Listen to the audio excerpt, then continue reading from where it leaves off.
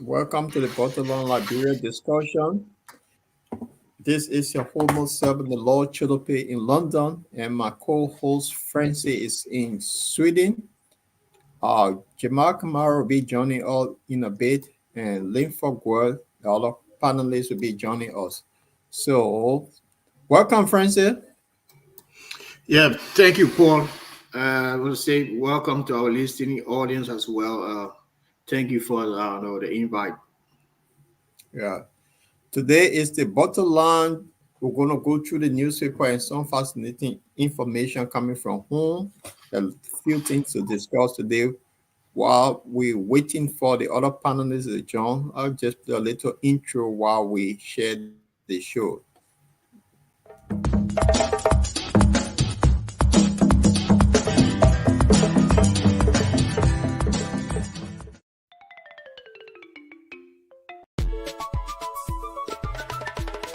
You're watching the review of Liberian newspapers headlines that made news during the week on the Bottom Line Liberia. Please join us every Tuesday and Friday at 7 p.m. Liberian time, 8 p.m. UK time, 9 Central European time. Welcome to the Bottom Line Liberia. This is the Bottom Line Live discussion.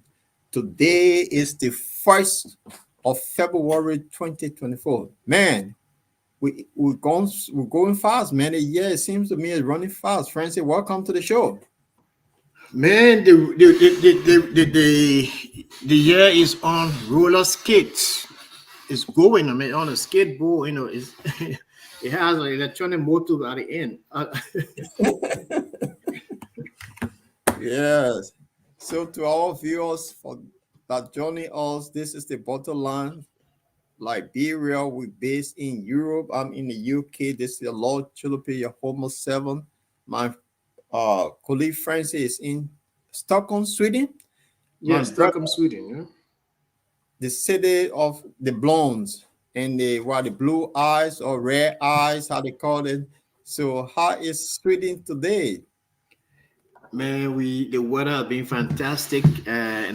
We looking forward to spring. So though we have snow stay around, but the temperature, is going down. It's falling. We had today probably about 5 degrees. That's better than being in the 5 minus. So we have in Stockholm. So it's right. Quite, Right. So today we'll be looking at some of the newspaper and some of the stories, some of the confirmation in Liberia, and we'll also be our colleagues will be joining us too for a good discussion. Where the country going? Everybody will have their view. Our opinion matter here, but it's our own view from what we're going to review from the newspaper and have our own logical take on the analysis. So, Francie, as we go forward, I know there was hearing today in the House, and the CBL boss also appeared in front of the legislature. So we'll talk about that in the review. But before we do that, we'll bring, when our colleagues come on, we'll talk about that in details. So to our viewers who following us, want to kindly share the show. Those are watching on Vajala TV, welcome to the Bottom Line. You can view us via Bottom Line Discussion Live. It will also on YouTube, the Bottom Line Liberia. You can get on Vajala TV, and we on the online radio. If you look at the top of the screen there, you see the Bottom Line Liberia. So we have an app. You can download the app from Play Store. You can listen to it live via online radio 24/7. So this is where we are. So while we wait for our colleagues to join us, we're going to play our national anthem on the Bottom Line here, which is our favorite person, Takun J. Kindly share the show while we'll get into the musical intro. Thank you.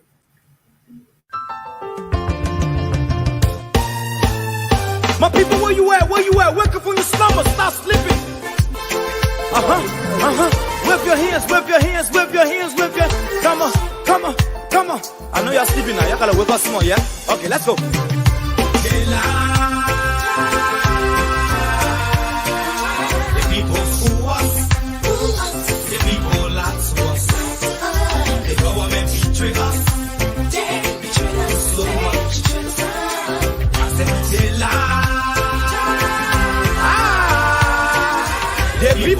us, oh. The people lie to us. The government betray us. They can lie, they can steal, they will not go. I said we tired with their lies. We tired with their promises that led us to all our damages. We tired with that speech they preach indeed, and now unique they deceive us. The thing we saw, it frustrate us. So why did you lie? Why did you steal? Why did you allow the citizens to be? You see, we just tell you that why we voted you. But you fool us, you screw us, you use us and later on abuse us. So why? The government should lie. Why? But that's the question that we ask. They lie. The people fool us. The people lie to us. The government betray us. They betray us so much. I said they lie. The people fool us, oh. The people lie to us. The government betray us. They can lie, they can steal, they will not go for us. No one to trust. My people, no one to hope on. Nobody. My hope that I have been broken. I'm telling you, brother. So where are the schools? Where are the roads? Where are the jobs that they say they could afford? But they're too selfish. The people tired with their rhetoric. People tired, they tired. You see the reason why we ask why the government betray. They have enough of time, but yeah, then instead they delay. People suffer. No work for people crying for hunger. Look at. Your vision and your mission, your intention to the nation, they poor. You got nothing to show. Nothing. So why? The government should lie. Why? But that's the question that we ask. They lie. The people fool us. The people lie to us. The government betray us. They betray us so much. I said they lie. The people fool us, oh. The people lie to us. The government betray us. They can lie, they can steal, they will not go for us.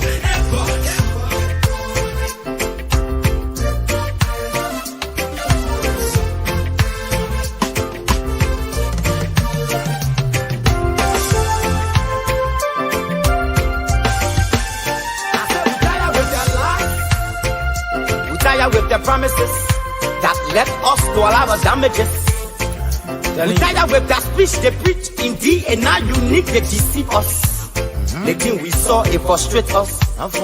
So why did you lie? Why did you steal? Why did you allow the citizens to be? You see, we just tell you that why we voted you.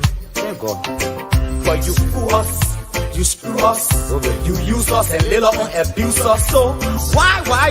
The government should lie. Why? But that's the question that we ask. The people fool us. The people lie to us. The government betray us. They betray us so much. I said they lie.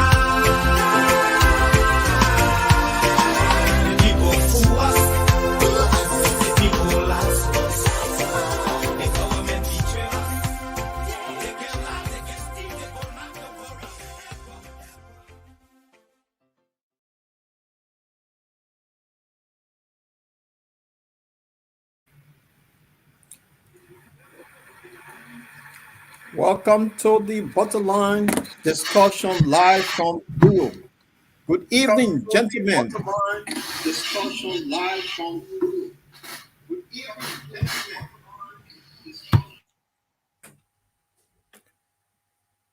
Right. This is the Bottom Line discussion. We are based in Europe. The panelists tonight are my co-host tonight. Jamal Kamara is in Manchester. Francie Mensa also in Sweden. Welcome, gentlemen. The noise.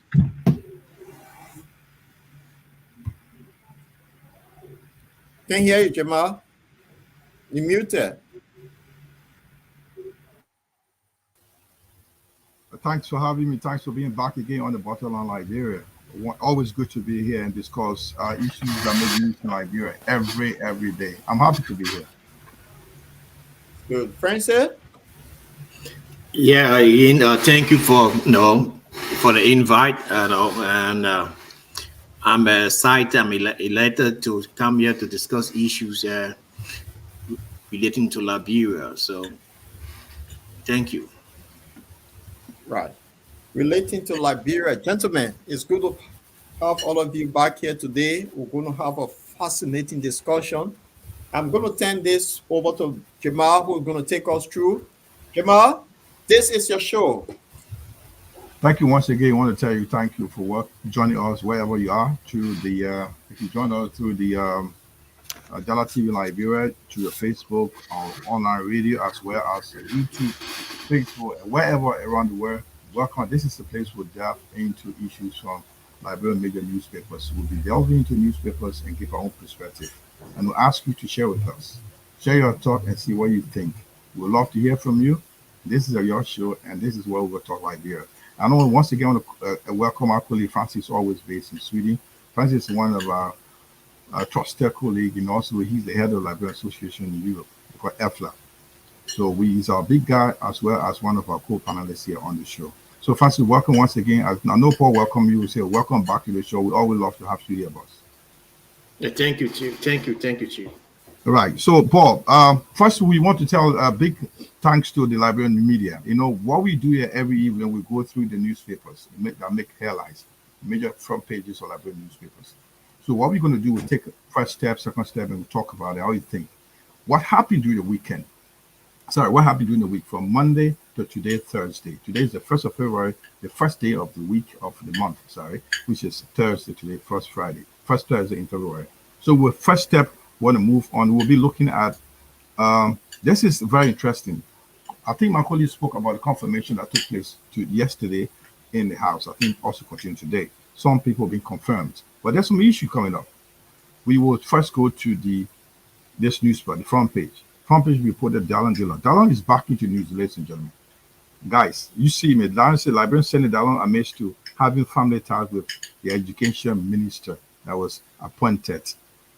So, and he did not recuse himself from the hearing. He was part of it. He formed part of the questioning. He wanted those guys decided not to be away because of conflict of interest. According to the custom of the House, if somebody you're related for family reason, for family-related reason, you need to recuse yourself. And Dillon refused to get away. He sat there on the committee. He was there questioning this lady. And according to the story also, guys, is Dillon was influenced the appointment of this lady. So this is the story. What do you think? I'll first take it to our guest, Paul, our guest panelist, Mr. Francis. What do you think about the story from the front page of Africa? Well, my personal take on this is if Mr. Dillon, Honorable Dillon, has any ties, family ties, he should have recused himself from the process. It's an interference. Probably he may have, influenced the confirmation of the minister designate. But again, there are, I guess, 15 senators in the House.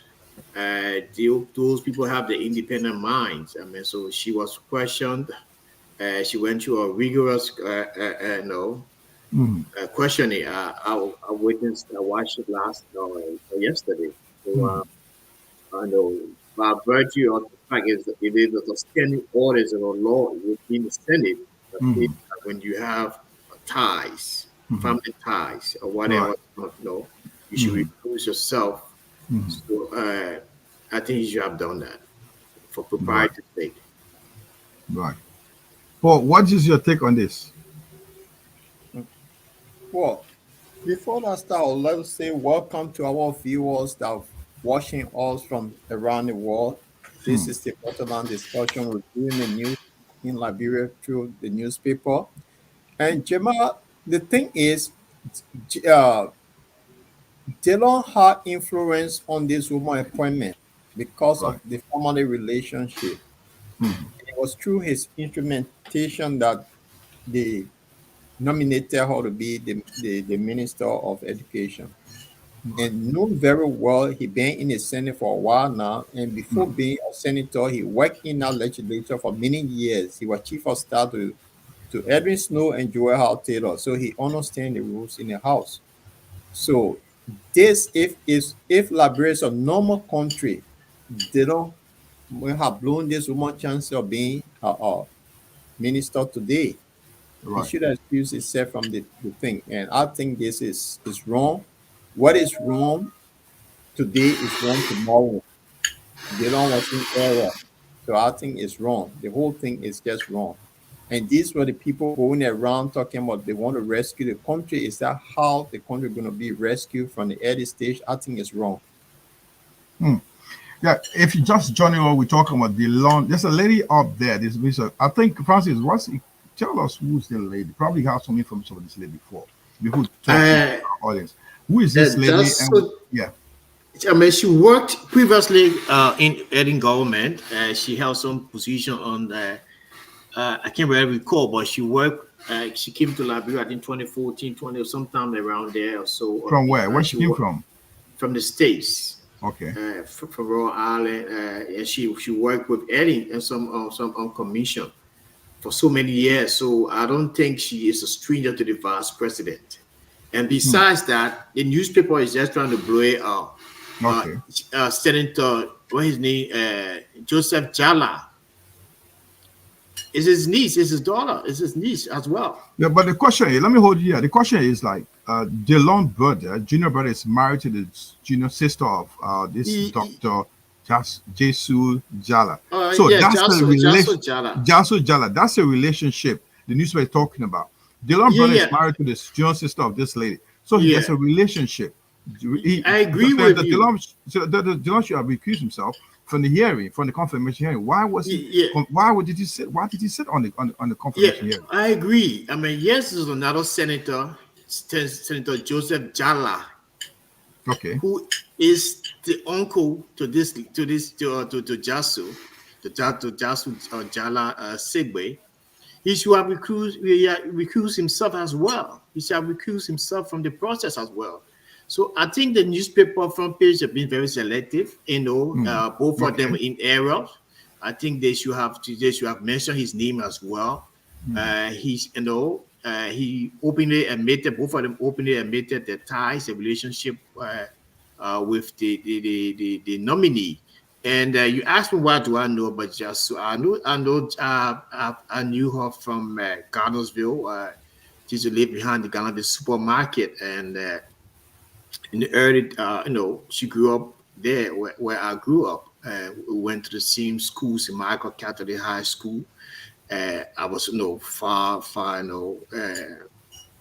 her senior in terms of, class. So I knew her, saw her coming out as a young woman, a young lady. So I think she has a good comportment.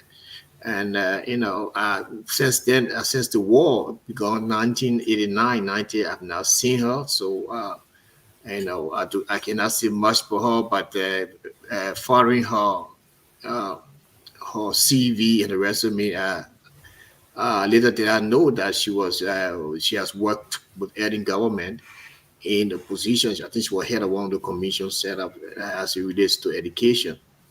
So I think, in short, both Senator Jala and Senator DeLong should have recused themselves. So I don't know why the newspaper is cherry picking and bringing on President Senator DeLong into the public court of public opinion. Yeah, but because he's saying he's a light in the house. So the light you set the example, the light you shine the way that people should follow the light. And if you can be bringing the light to lighting that particular house, you should be the one to set the example. So you know what? Because of conflict of interest, and it's the custom in the house that you should not be part of this hearing. You should have recused himself. That's the point the newspaper is raising here. Anyway, if you just join in, we're coming to you live from Europe. This is the Bottom Line Liberia, and I'm with my colleagues here tonight, with Mr. Francis Mensah in Sweden, Paul Lawchula Place in London. So if you had a comment, if you had a way to drop your comments, please let's share with us what you think about why should Senator Dillon sit on this hearing, consider that he's related to this lady, and which is a conflict of interest. And he's a light in the house. while the light can shine. Paul, probably we like to you will put a number through later on to see if someone want to call and tell us what you think about it. Paul, later on we'd like Paul to put a number on the screen. If you want to share your thought with us, if you don't want to put a comment test, we'll ask you to call in. Paul, we'll do that later on the show. Paul, do you have something to say that before we move on to the next newspaper page? Paul? I think, yes, sorry. The thing is, you are spot on. This Delon campaign, by being the light, you are going to put the light on. So anything that are going to be wrong in the house, you are going to tell the public. Now, as Delon been around that house for many, many years, he knows the rule. He's in big error here. If he's the light, I think, for instance, the reason why the newspaper kind of single him out is because his campaign that he was the light. He was going to, the house was too dark. So now he had been caught in the darkness, and the newspaper is now putting a light on him. That's the fact. He's wrong. He's in big error.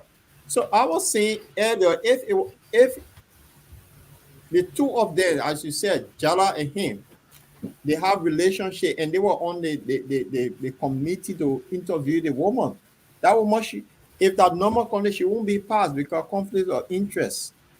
You see, Right. but from where she comes from, her work, what she does, at the profile her, she is qualified for that role. But these two people should have accused themselves from the process. So I think Deron is in error in school. He was called out by the newspaper. Right. Okay, Faisal, before we go further, we want to ask Francis, our co-host here, to recognize some of the viewers that are just joining us. Francis, will you mind going through, please? Tell us, welcome most of our viewers are coming through tonight on the show. Whether you're on Jala TV, you're on Facebook or YouTube, if we can get hold of your name, we'll say joining you. Francis will go through and keep dropping your message or note. And also, don't forget to share the show and click on the like buttons. Anytime we come on, you also have us. Francis, who do we have tonight? Yeah. Okay. I think from my end here, I see Shadelia Brown Chorplay. I see Jim C. Bly from Hartford, Connecticut. Right. I see our colleague and the host, Afro Viking, the Viking Egon Linford Guet, Evelyn Vetlin Masugus from Sweden so far, and who's the other people I cannot see right now from my end. I guess you can come in and we have also Sophie Adams. I don't know where you calling, where you in. This is Sophie. We say thank you for joining us wherever you are, and including a host of other people that join us. Right, Paul, do you have anyone that you have at your end that you can welcome as well? No, I think that's all the names. I see who else here? James T. Bly Jr. is also following us.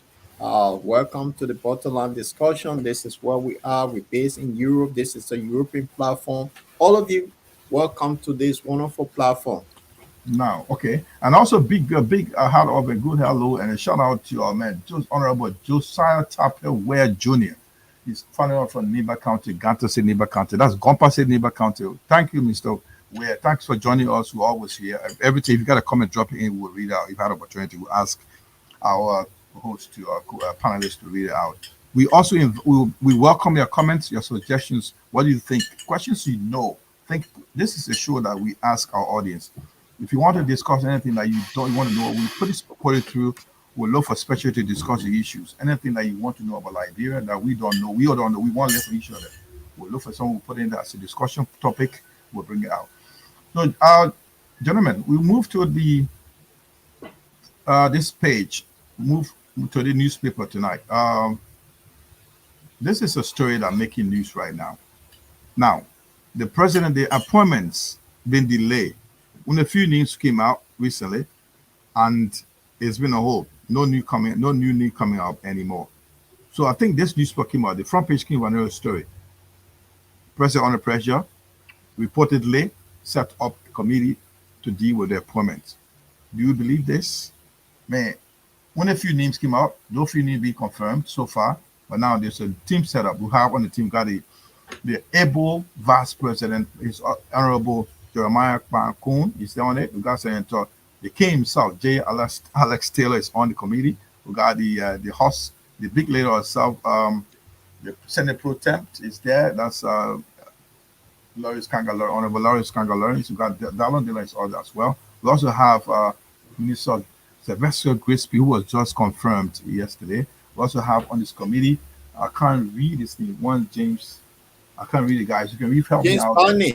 James Barney is on our committee as well. We have another Senator Prince Moy is on the committee, as well as the Unity Party chairperson, that's the Reverend Luther Tappe, is on the committee. The president under pressure, guys, he can't come point. So he put a committee. First time I know in Liberian history, probably they've been doing it on the cover in the back house, closed door, but this time it's coming to the public because the president under pressure. I also understand the Prince Justice putting under pressure. They want to take bulk of the name. So, to get away with that, he say, I'll put a committee together. Do you believe this story, guys? Paul, you hit on this one. Francis was the first. Yeah. You think the president will put a committee up that he cannot appoint them? We're under pressure. When you start, this is how many days? He took office when the 22nd, and now he starts setting a committee already. Can't even appoint his own people. Oh my goodness. This is laughable, Jamal, to be honest. As we were told,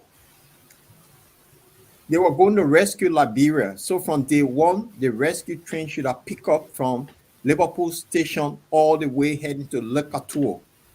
So why is the rescue train still waiting for passenger? I don't understand.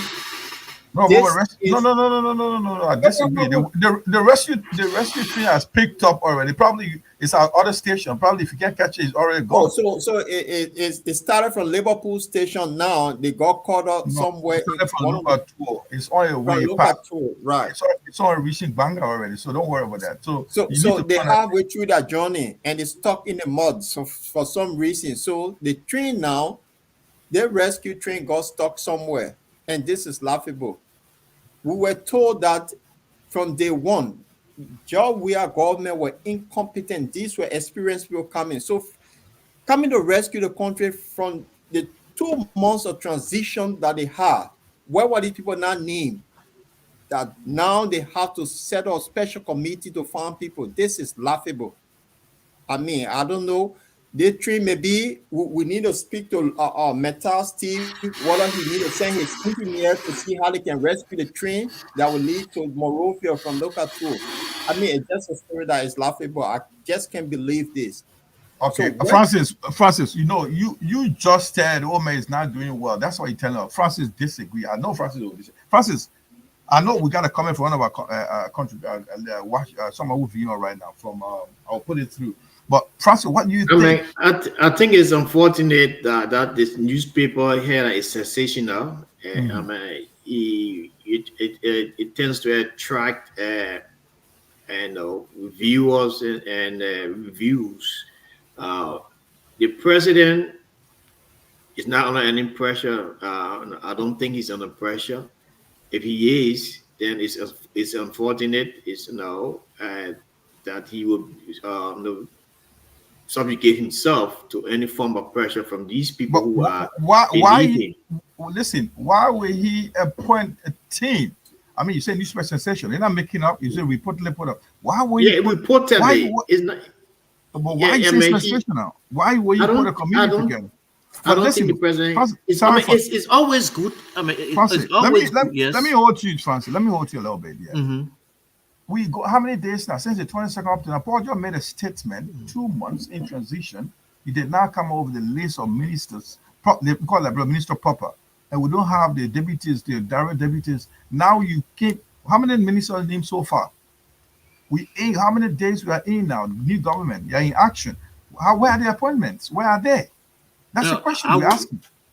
I will agree with you guys that forming a government who came into to power to the merger about the No, let's listen. No, alliances of people. Look, listen, be serious here. Listen to me. I want to say something to you. Probably I'll take you back to history. George Weah was still naive, new, and green to the politics when he got into power. First leadership, By this time of the after inauguration, they've already have over 60 to 70% of the appointments made. They were waiting for confirmation. And this leadership was in power 12 years. They ran our country for 12 years. And most people that are coming on, they're all seasoned politicians, government officials, experienced people. And we don't have 30% of the appointment yet. Then you're telling me the president is not under pressure? You must be joking. No, I don't think he is. I think the president, they are doing thorough vetting. So you agree with the committee that is part of the thorough vetting? I don't really think it's possible the president he might dedicate some responsibility to these people in terms of vetting and probably doing some research behind the scenes. But I would agree with you in principle that the appointments have been slow. And the president needs to buckle up because he has given us a 100-day,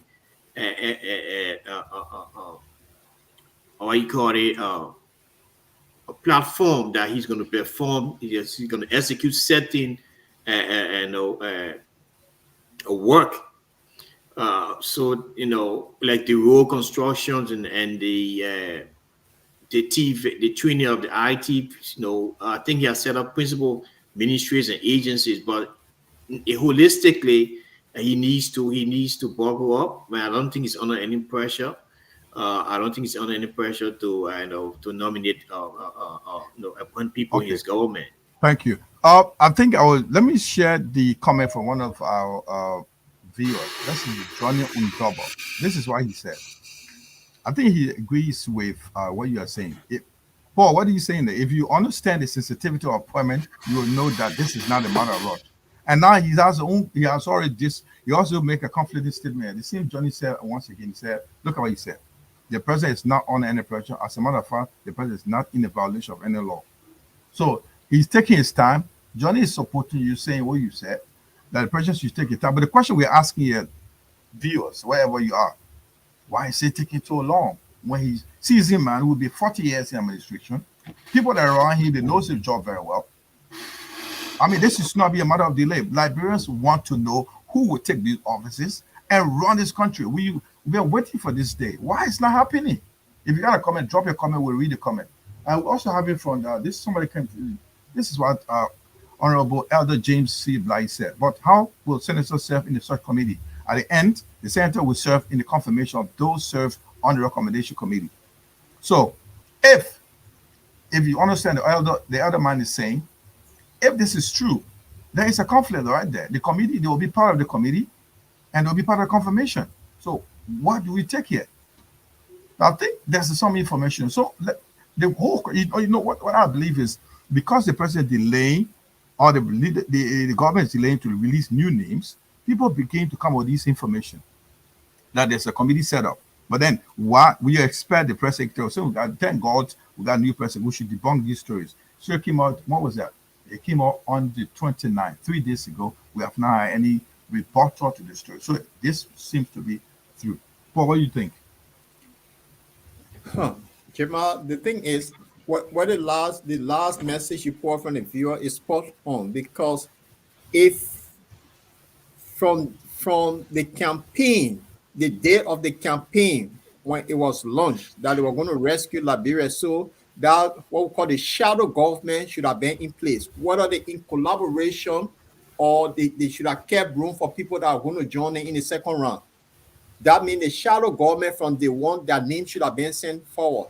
So even during the transition, but then they have not sent name forward. So this story and what the elder just said about look at the senators, so they can pick anyone that will go in the hall, the person will be confirmed, whether they qualify or not.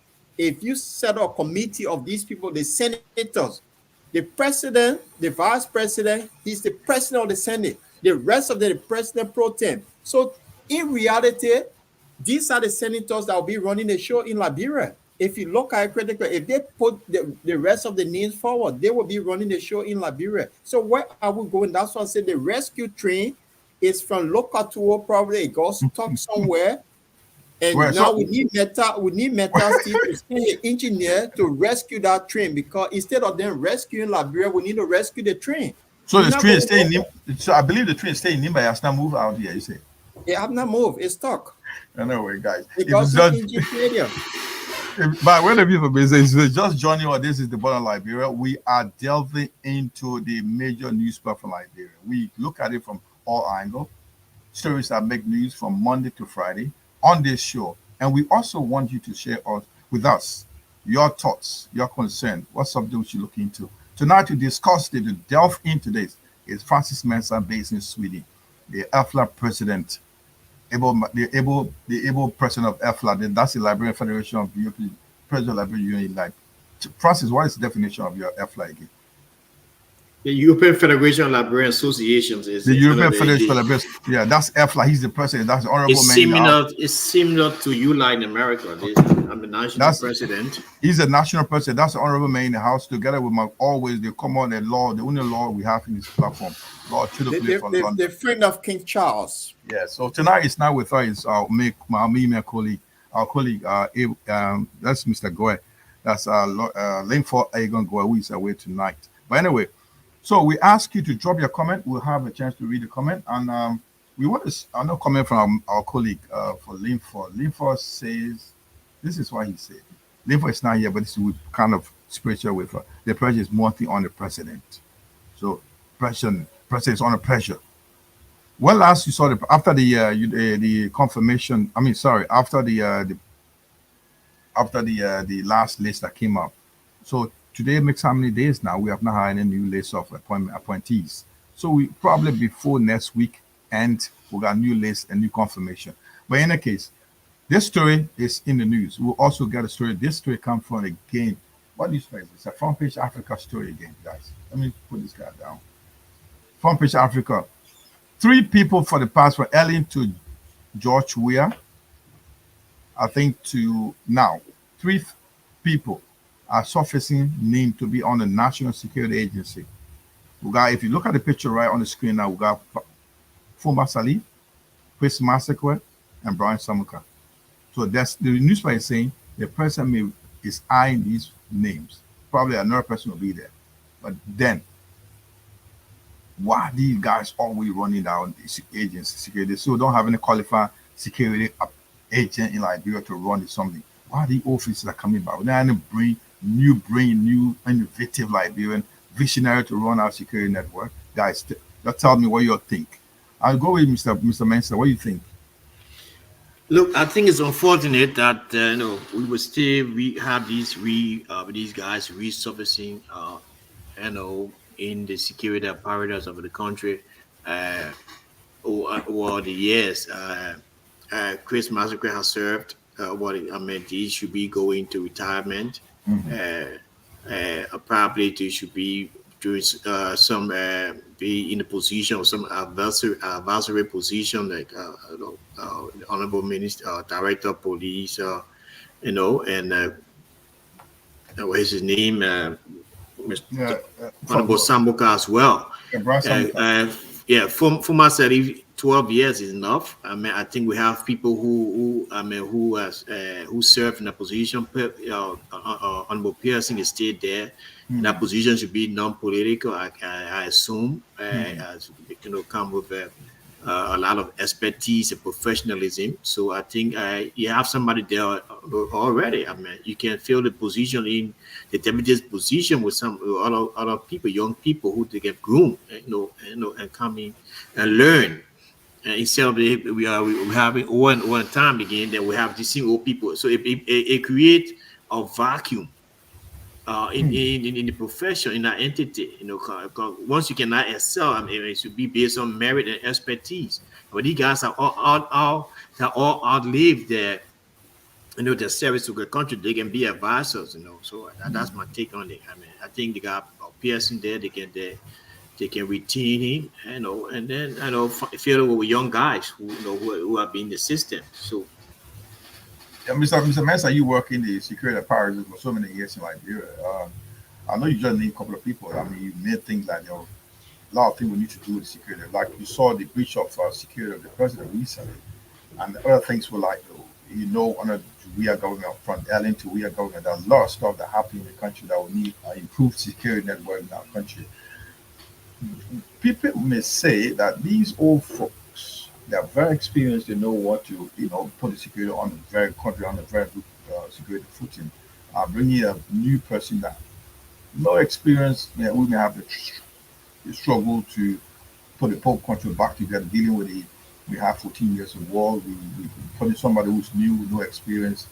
How will you argue against that? Look, the function of the NSA is primarily to gather intelligence, in terms of counterterrorism,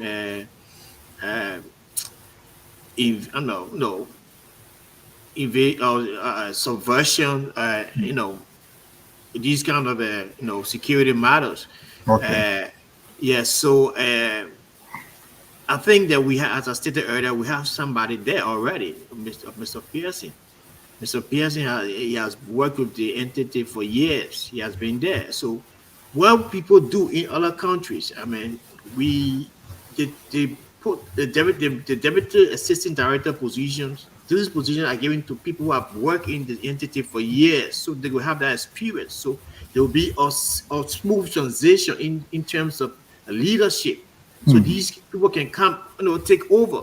But we cannot have seen people who have served in different entities in the past government for 12 years. I mean, come on. I mean, we have other people. I mean, give other people a chance. Let them take the helm of leadership. State security apparatus. Okay, let me hold you guys. It's a breaking news right now. I think it's not breaking; it just came out news. But the new appointment being made by the president.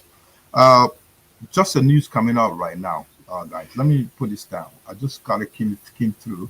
Probably we just talked about the president has not been appointed. We'll look at that. We'll go back. I'll put the face up. Probably name very common. This is quick. Major General Prince C. Johnson has been elevated as the Minister of Defense. Now we have Madam. Name just coming out through. We'll put the name out in the next couple of minutes. I just want to read through, if you mind me. New appointment being made by the president. Madam Mamaka Belite, Minister of State without portfolio, Minister of State. Samuel A. Steve Quat, Minister of State without portfolio, Special Services, Minister of State. Anthony General Kwak Toba, Deputy Minister of Administration, Minister of State. Madam Ora Riches, Deputy Minister of Budget Finance, Minister of State. Mr. Sekou Dukle, Managing Director, National Port Authority. Mr. James Bernard, Deputy Managing Director of Administration, National Port Authority. Mr. Jelf Blibo, Chairman, National Investment Commission. Mr. Melvin Sharif, Executive Director, National Investment Commission. Major General Prince C. Johnson, retired and nominated as Minister of Defense. Brigadier General Geraldine George, retired and nominated as Deputy Minister of Operation, Minister of Defense. Major General Daniel D. Ziakan, nominated as Ambassador Designate. Councilor Davidson T. Foley, promoted to the rank of Brigadier General, nominated for the Chief of Staff of the Armed Forces of Liberia. Miss Mori Yaudil Nima, Executive Assistant, Office of the President, Minister of State for Presidential Affairs. These nominations will be applicable are subject to confirmation by the President Senate. So it just came. I just giving the news that's another breaking news. It may be in the news while it came out while we were on air. So if you just joined us, those are new coming up, new appointment. We just said why the president not making nominations. Now, guys, probably tomorrow we'll delve into those names and look at their background. If you know any information we don't know, please share with us. We'll talk about the show, guys. I know it was I just ran through the list, but I will move on with this, and probably before the end of the show, we'll run through it again if you like. If you have any questions, let us know. There's a story about the minister. This is Boama Kamara, former minister. Once again, the story. This is what revelation he made. Did I bring that up? Boama said that you remember George Weah government borrowed $18 million for the Liberian National Reserve to pay salaries. The question is, why is he coming on these information now after almost 6 years?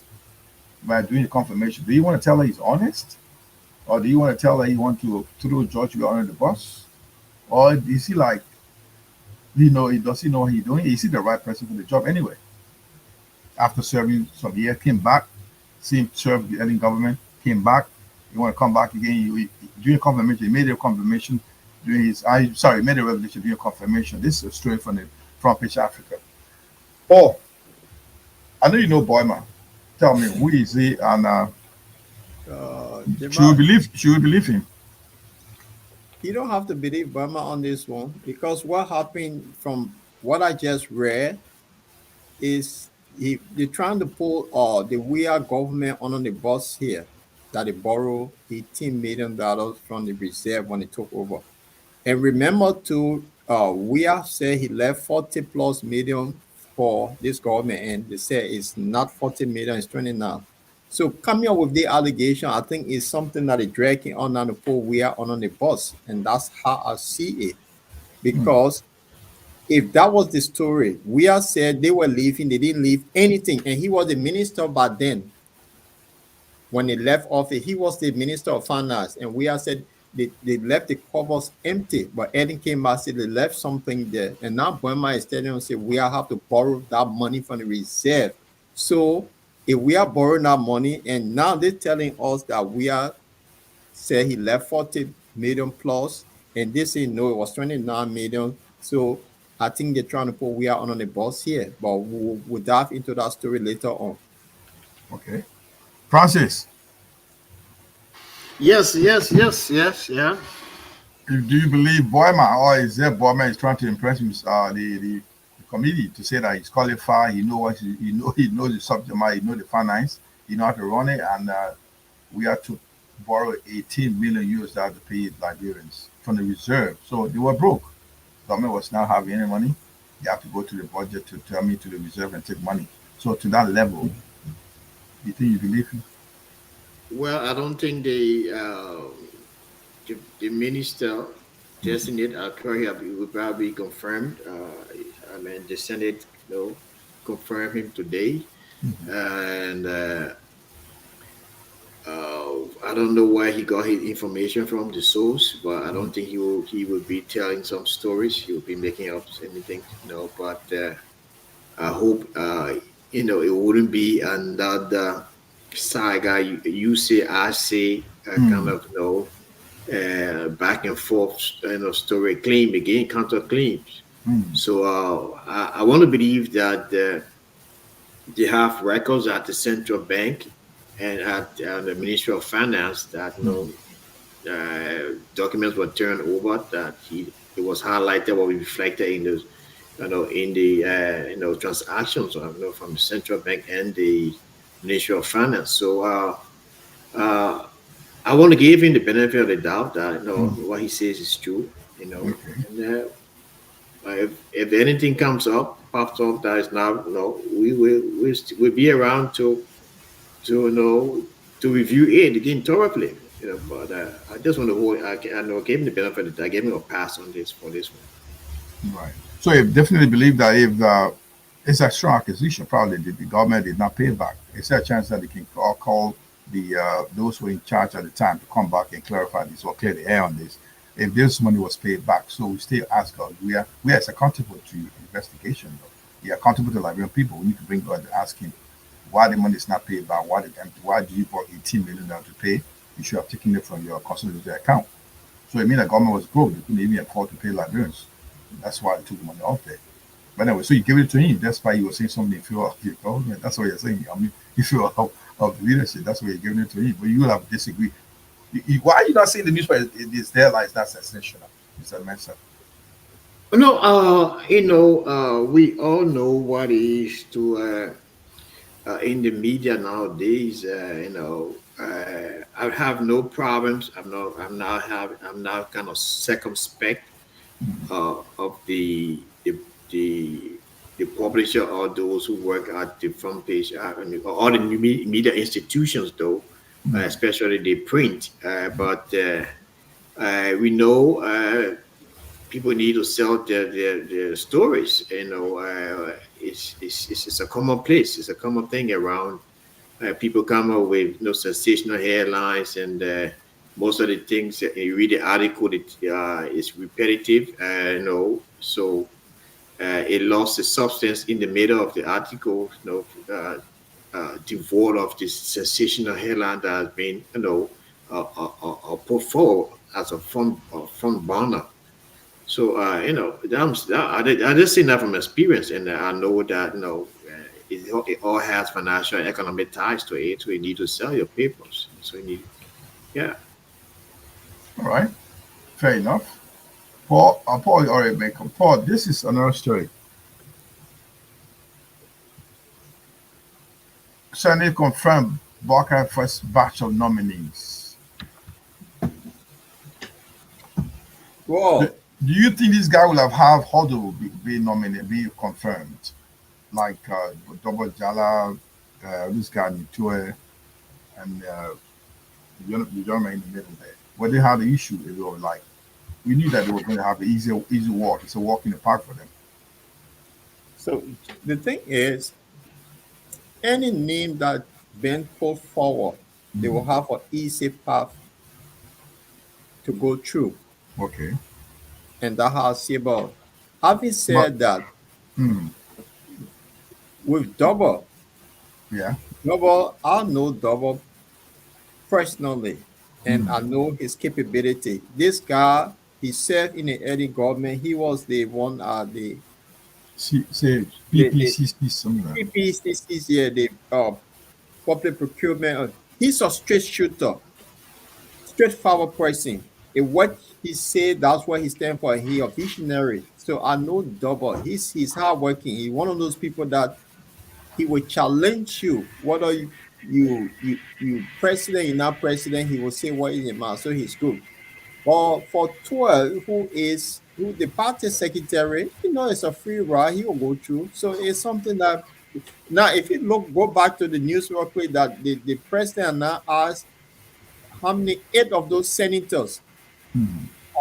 7 plus the vice president led to nominees people, and they are sitting in the house. Everybody will go free, go through easily, easy pass, unless Mm. somebody have some character that the public will be a public opera, then it will stop that person from going through. But it's an easy pass for them. But Paul, why will you talk about Sarah Unity? Confirmation being postponed. We saw that in the newspaper. So some question about. I think I'll bring that story up here so you can tell me what you think. This I'll bring it down now, guys. There's a story about Sarah appointment. Confirmation, which has raised the issue of her credibility, and let me see. I'm trying to get hold of the story here. I'm going to find the story and bring it out. Why are you saying the others are having easy pack and Sarah having difficulties to get or confirmation? It was postponed. Jamal, this thing we call when people are taking partisan line in Liberia is obvious. There was this young man sitting down somewhere, I think in Cyprus or one of the funny European countries that questioned her credentials. And then the Unity Party people started running with this thing. It's also political motivated. Sarah is far, far qualified for that post. But if you look at it, it's all partisan. People have interest and they use their surrogates to go after her. And that's the fact. Today, I saw a lot of women that went to give her support. Even this woman, the Nobel Peace Prize winner, Lima Boy, Boy, was also there to Lima support Boy. it. Yes. So the women's solidarity, I recognize this is all partisan propaganda that they're using against her. She is far qualified. But Paul, I don't get understand that. What you call partisan propaganda? This woman was running her own political party. She was running as Because she was explain this to us. nominated, and somebody in the Unity Party who think they should be the one nominated to that post. They've been getting a surrogate out there after this woman. That's what I'm saying. It's partisan surrogates that are going after her. You see? Mr. Master, what your comment? What do you think? Okay, I'll give Mr. Master to talk about it. You say that somebody's hunting her because they want that position. They want. That's what. What about Sarah? That's what the news. Front page Africa is asking. Now, yesterday, I think today or yesterday, they postponed her confirmation, trying to check her credentials. I say, are they doing her justice? You think? Well, it could be for so many reasons. I don't tend to speculate, but I would try to give some input. Why I think personally why she, I mean, her Senate confirmation of being On the whole, suspended, yeah, yeah. on hold, so to speak. The young man who came up with her story, he's in the Netherlands. He graduated from the Erasmus University in Holland a couple of months, a few months Will ago. you want mind telling who is this person, please? Martin Colley. Martin Colley has been on this journey of exposing people with fake credentials in Liberia for the past 2 years. I think you're correct there. He has unearthed a lot of anomalies in people's CVs who have been embellished by themselves or probably the publisher of the CVs. And he has embarked on that journey for a while now. And he has exposed so many people. He just, I don't know, I mean, I cannot get verify or the veracity of his background search, or but there have been claims in newspaper that he said one of his arguments for was that Sarah Beslianti acquired a master's degree before obtaining a BSc, and we've been in Europe for over the years, for more than 25 years or more, 20 years or plus. We know we have universities who accredit people here based on experience. You don't need to have a first degree. They got thousands of universities that accredited people just from your professional experience. You can go into a master's program. So I think they think that due to the public outcry, there have been mixed reactions as to why should the Senate or why should President Boycott nominee he continued to repose confidence in her being nominated to that position.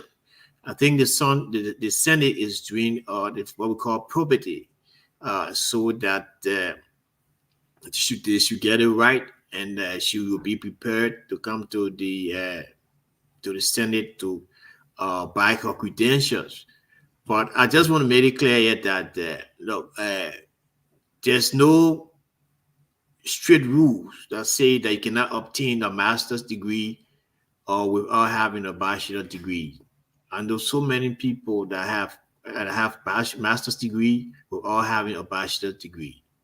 In Europe, it's a common thing. I mean, your professional life can easily catapult you to that level of obtaining a master's degree just from your work experience, your professional experience as well. So I think that's the reason why. But I think the Senate is trying to get some check and balances. It shows some check and balances in as it relates to her CV, and so she cannot appear to be embarrassed in front of the nominee, because as you stated, posted earlier, you got a lot of people from the Unity Party, from the alliance that is on the vetting committee that will reportedly published by the Front Page Africa. So they don't want this lady to come and be embarrassed. So Jamal, let me ask something. I can hear you. You muted, Jamal. Oh, sorry, that. But there's a comment coming here. This is what somebody said. This is Jim Town saying that. Paul, go on. He said that Stanton and Eugene Fagon fighting that woman.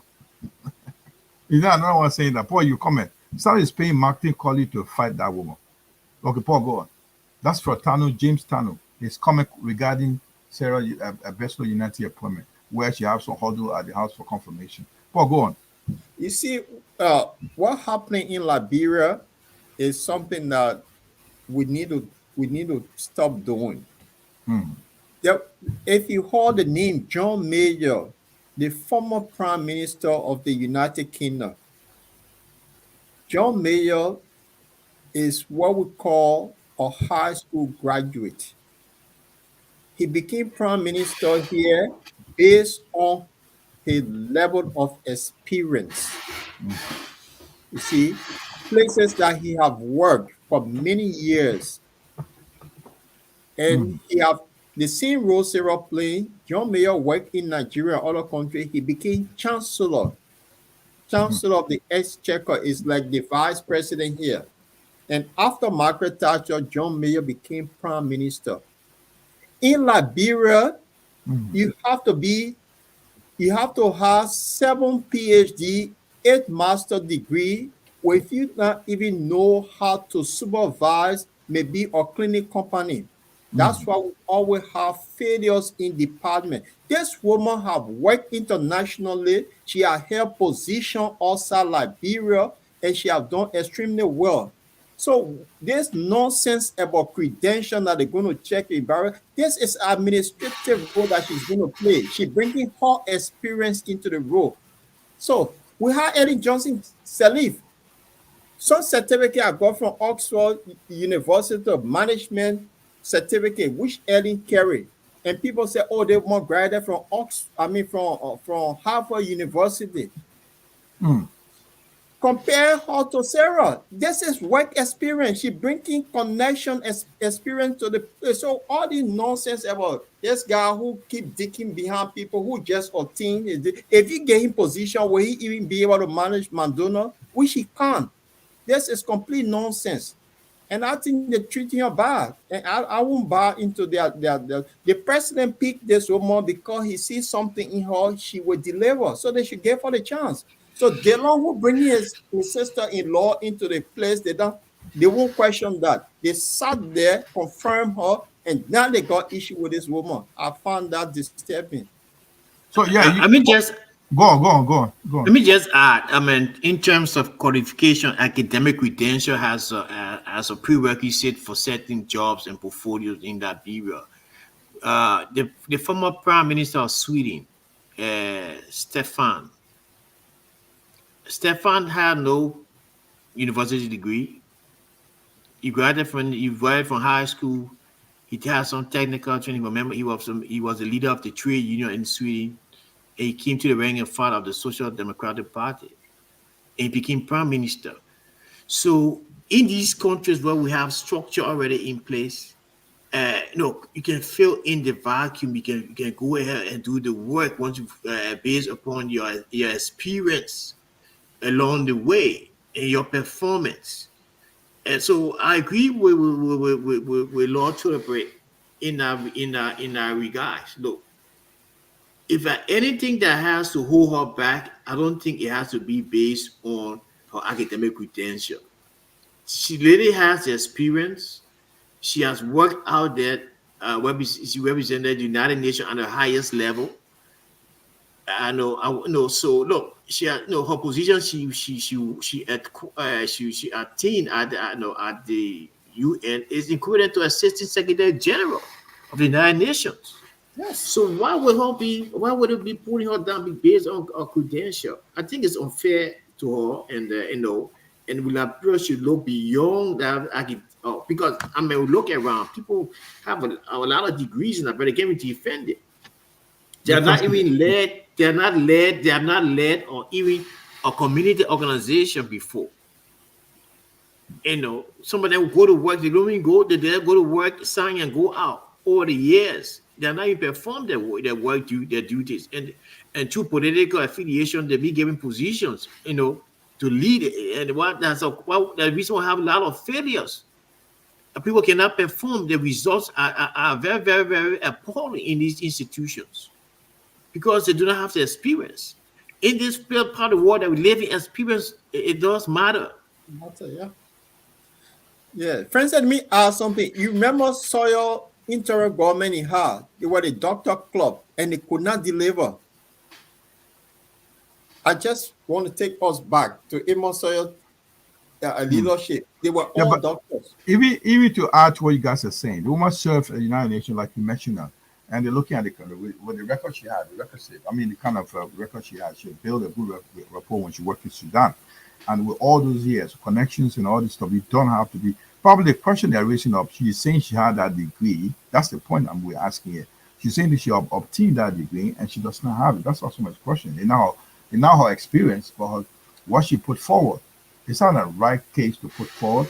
If I said that I'm a PhD holder, and I'm not a PhD holder, but I could be experienced, but I'm not. I said I have a degree, a qualification, but I don't have, but I have experience.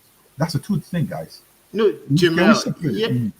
yeah, yes, I mean, I've been following this story very, very carefully behind the scene religiously. Every time they come out, the goalposts have been shifting. For her not having a degree, then they come to accreditation. Then I mean, like accreditation of the institution that she acquired her degree from. Right. There are thousands of people in Liberians in America, even like Americans themselves. I mean, they go through these backdoors universities and get the accreditation as accredited in the state, or probably it could be a national, but probably in the regional, in the state, and have and then they are accepted. So the goalposts are all been shifting from not having a degree to your accreditation. It's not being national. People, so I think it's. I mean, she have been treated unfairly. She have been put in the court of public opinion unjustly. So I think it's about time the president, take the bold step. If he has explicit confidence in this lady. I mean, he must just say, look, this lady I want, and then put forward. Sometimes the president has his own choice. I mean, he cannot be seen as. I mean, he cannot make decisions on his own. Fair enough. So, yeah. I want to, before I go further away, guys, if you just let me remind our viewers and those who listen to us well. If you just join your we are looking at the newspaper review for Liberia, major Liberian newspapers that make headlines. On the bottom line, we review newspapers that make news and we give our own perspective. So if you also had the opportunity to drop me text or will follow on Facebook, YouTube, we have our own online radio. To delve into that story, the major Liberian newspaper, Mr. Francis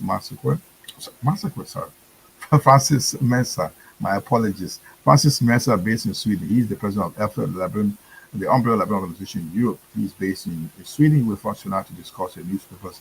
Not forgetting the man on the other side, the only law in this place, the law Paul Chilople. He's also he's also the host of one of the shows always on the bottom line. So we ask you to share the show and also as well as like the show. Anytime we come on, you also share. We're always going to be notified, so you can follow us everywhere. We're on YouTube, Facebook. Also have our own video station. It's online 247. You can catch us every time on this show. So guys, just a couple of minutes ago, I just read the new appointments from the president. This came through the Daily Observer. So I want to put the new up again. I know people are saying, what a new appointment make? I put the list up. I just came to the list, and you can see if one of you can help me to read out the list. Once again, this is the list. New appointment job being made by the president. Yeah, I can read it. President Joseph Yiman Boaga has nominated additional officials to positions in government affecting Ministry of State, the National Port Authority, the National Investment Commission, the Ministry of Defense, the Armed Forces of Liberia, and the Office of the President. The nominees include 1. Madam Mamanka Berete, Minister of State without portfolio, Ministry of State. 2. Mr. Samuel Steve Quia, Minister of State without portfolio, Special Services, Ministry of State. This Samuel Quia guy was special assistant to the vice president when he was vice president of Liberia. So he's an old face. Yeah, Anthony Cornelia Kra Tokba, Deputy Minister for Administration, Ministry of State. Madam Ora Riches, Deputy Minister for Budget and Finance, Ministry of State. Mr. Sekou Dukle, Managing Director, National Port Authority. Mr. James Bernard, Deputy Managing Director for Administration, National Port Authority. Mr. Jeff Blibo, Chairman, National Investment Commission. Mr. Melvin Sherry, Executive Director, National Investment Commission. Major General Prince C. Johnson, retired and nominated as Minister of the Ministry of Defense. Brigadier General Geraldine George, retired and nominated as Deputy Minister for Operations, Ministry of Defense. Major General Daniel D. Zanka, nominated as nominated as Ambassador Designate. Colonel Davidson T. Fuller, promoted to the rank of Brigadier General and nominated as Chief of Staff of the Armed Forces of Liberia. Colonel Theophilus Dana, nominated as Deputy Chief of Staff of the Armed Forces of Liberia. Miss Marie Yadet Nima, Executive Assistant, Office of the President, Ministry of State for Presidential Affairs. These nominations were applicable are subject to confirmation by the Liberian Senate. Meanwhile, the Liberian leader, Commander-in-Chief of the Armed Forces of Liberia, hereby directs the Ministry of Defense and Chief of Staff to conduct the appropriate procedures consistent with established military protocols. Yes. Thank you, Mr. Mensah. Guys, you may know people on this list. Tell me, who do you know here? And it's at some right appointment. I know only one person, the first lady on the list. I think she worked with the office as a legal counsel to Boaka as a vice president for 12 years. So I know that lady, Mama Kabelete. She was based here in London. Probably may have known her before.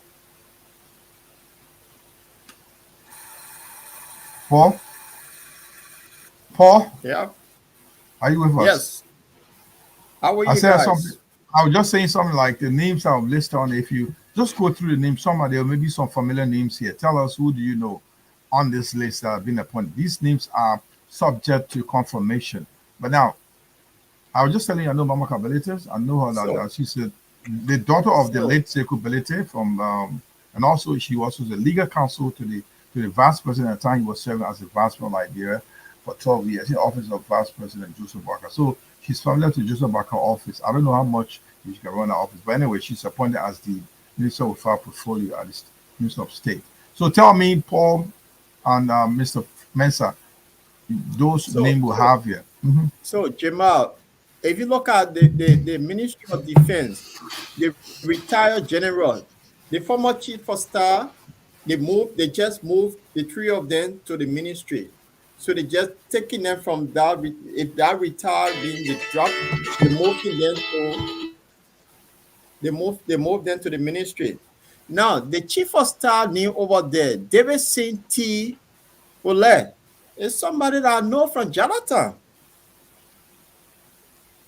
Okay, is he the person that is he the right person? Is the right nominee? It's not wrong by. That's our question we're asking here, Paul. Well, it's a different thing. It's an army general. You see the one that can. They said not the office resurfacing. They says because Leaf said something here. I want to bring that comment here. I saw this one. It's not this one. He's been in the army, and that name.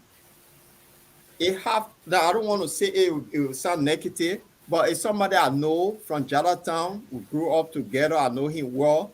The name been surfacing around that he was going to take over that position. So it's somebody who done his way. So that he's new to the arena. He's new. Okay. See, so the old faces have been moved to the ministry, and then they brought him forward. Right. Who else do you know on that list? I think we can. You got. Oh, who's that? Wow. All right. Forgot you're not born and raised in Monrovia. We'll give it to you, Francis. Tell us. You are saying about who are those on that list? Or you very close to the ranks of the corridor of the leadership? Tell us, what do you know on that list? No, I mean, I can't claim to know most of it. I know not people that I know from there that we in terms of not personal relationship acquaintance. I know Daniel, Major General Daniel D. Zanka and myself, we graduated. We were schoolmates at the University of Zion. University, we graduated. I graduated 1 year before him. He's on one of my graduation pictures. Yes, I know that. Prince Johnson, he's an acquaintance that somebody I do not know personally. I heard of Josh, and but I know for sure this guy was Steve Quare was in the office of the vice president. He was special assistant along with Kessely. So he has been in the corridors of the vice president for a while. And Cornelia Crowe is a strong steward of the Unity Party. I think she contested at the legislative level. She lost. So yeah. But again, that's just one thing I want to highlight. Yeah, in Liberia, we regard the Ministry of National Defense as a position where you need to have a military background.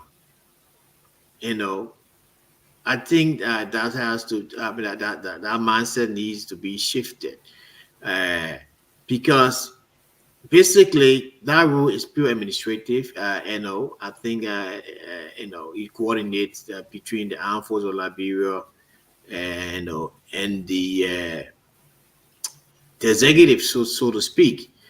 And it do not necessarily have to be a military person to serve in a position. All the years I've lived abroad, say Sweden, the United States of America, wherever it is, or London, the UK, the Minister of Defense, they do not have military backgrounds. There are a few instances that people will have a military background to serve in that position, But hopefully, we hope that in the future that we can gravitate from that mindset and put people there with administrators and technicians in positions who are technocrats who can lead and reform the ministry in pursuant of the law and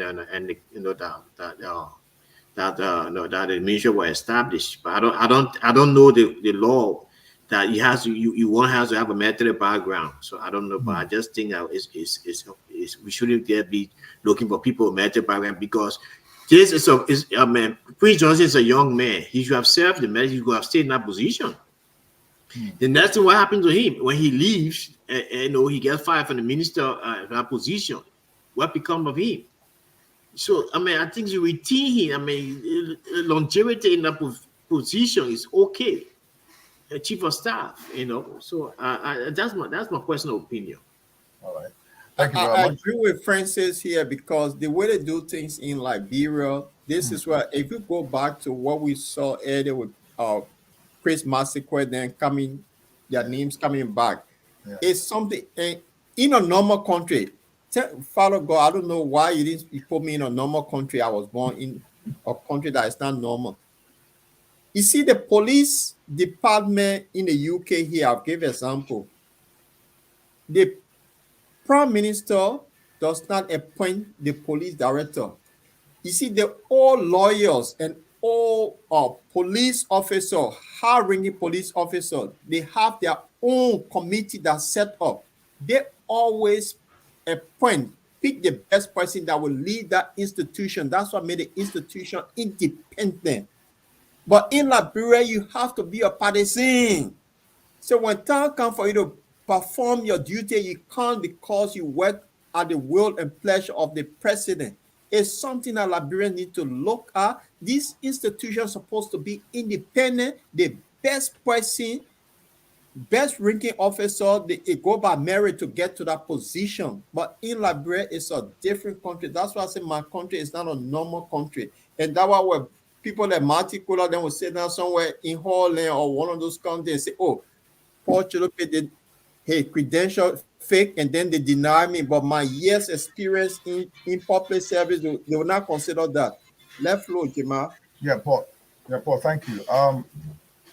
One thing I will also understand that you just made mention of Liberia. Like in Liberia, we need to look at some of the areas that have to be independent. Like you look at the area of the paramilitary, like the police, where they have to be security in their hands. Some have to be independent, also as well as the media. That's the reason that the media network is suffering right now. If you look at LBS, the government, we don't have a proper television station. While we are out here in the diaspora, we want to listen and hear from our own run independent news media, where we're taking them from those sources that are not reliable. If you look at this country, UK have BBC. A corporate BBC, they only got one BBC that has been paid by taxpayer, and that everybody pays a TV license, and that BBC does not carry any advertisements. So definitely that radio station or TV station as BBC is accountable to all politicians, all Liberians, and you dare not to put something that people don't like. So it's set up by the independent body and the run. So if you see something like common private newspapers, I'm sorry, TV stations coming up, a private station over dominating Liberia, and the government themselves are not going to the government-owned radio station, TV station, going to private station where they put money in. So we need to have some independent institutions where we defend the right of people, or be the voice for our people. So I think, Paul, what you say is very, very good. It's right that the government of Liberia needs to look into those things. ELBC, we've been saying all this, ELBC, ELBS, I mean, Liberian television stations being their own run by the government, it's been there for years.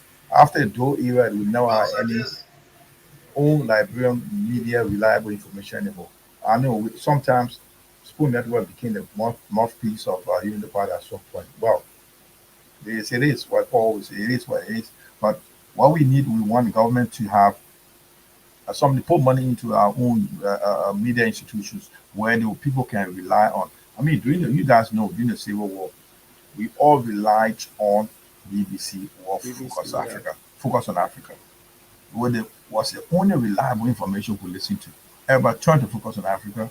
They listen. That's what we're doing today. With newspaper, we are reviewing today. We're delving into Liberian newspaper because most people in Liberia don't even have the opportunity to buy newspaper. So we have the chance to get it online and go into it and look at it from our own point of view. And then many people there say, oh, this is in the newspaper, they didn't see it. And every day this will coming out. They are giving newspaper, they're working hard. We have to, pay courtesy to those media institutions. They are the watchdog of the community. But then if you're being funded well and well trained, they will deliver well to us. But the fact of the matter is, what we do here, we sit there and say nothing will come on Facebook. Then what happened? It eradicates of believing in those social media like the Facebook, the Instagram, all the information coming through the WhatsApp.